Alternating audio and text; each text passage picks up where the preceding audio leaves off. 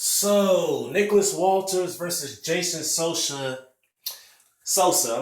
ends into a majority draw. Okay.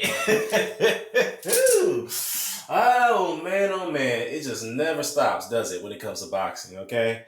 Now, let me, before I get into the breakdown of the fight, first thing first, I gotta say, Jason Sosa, I'm not taking anything away from him. He showed heart.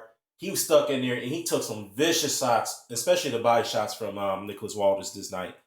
I mean, he showed that he could stay in there and he can take some vicious shots in there. So he's going to be a force to reckon with and be reckoned with in the super featherweight division. So, yeah, I mean, he definitely showed a lot of heart. He definitely showed a lot of fortitude, I should say, and and pretty much showed Walters that he wasn't going to be bullied by him. So, but at the same time, I gotta say that he did not win the fight.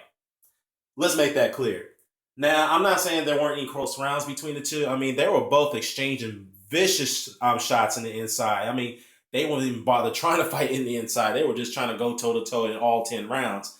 And Walters was putting a lot more snap in his punches than Jason Sosa. I mean, because Sosa was throwing in some good shots, but they just didn't have no effect. They didn't have no snap in it, like in the early rounds he did with Walters. So um, there was times where in the fight where Walters was cracking Sosa with some vicious body shots just to wear him down, and I'm looking at the TV screen and I'm wondering, is this guy gonna go down or what? Because those body shots really were killer shots, and any normal fighter would have went down on that. But it kind of questions whether Walters moving up in weight did his power carry with him. Now I know he had said that if he was really serious, he could go back down to 126 and compete because he knows there's more better fights down there. But the problem is, if you look at his body tonight, I mean, you can't tell. There's no way he can make that weight again. It's no way in hell. But let me break down the first round. First round, it was an action-packed fight, from the start. Again, as I mentioned, Sosa was hitting them with some clean shots on the inside. Then he started putting some punches together, whatnot. And then, Walters came back and controlled the fight, hit him with some good straight rights. Then again with those body shots, left hook to the body. And, and also doing some vicious uppercuts. And I mean, Jesus, I thought Sosa, it's unbelievable how Sosa took those uppercuts. I mean, it's just like that Walters hit this man with everything but the kitchen sink. He threw everything at him and he still wouldn't go down. But, well,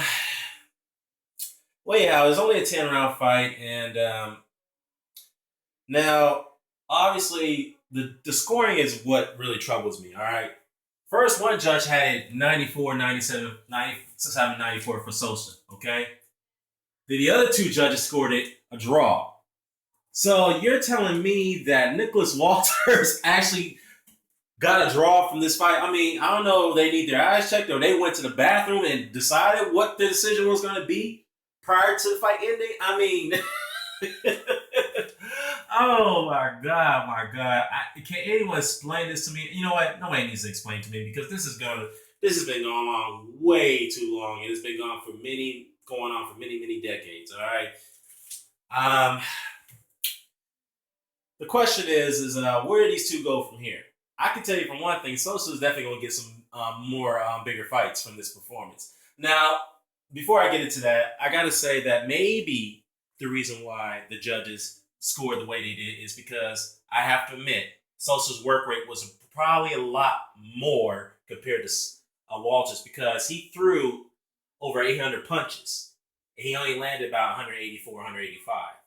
Now, Walters, on the other hand, he threw 200 less punches, but he threw a lot more effective shots, and he landed at a higher accurate rate. But then again, those are CompuBox numbers.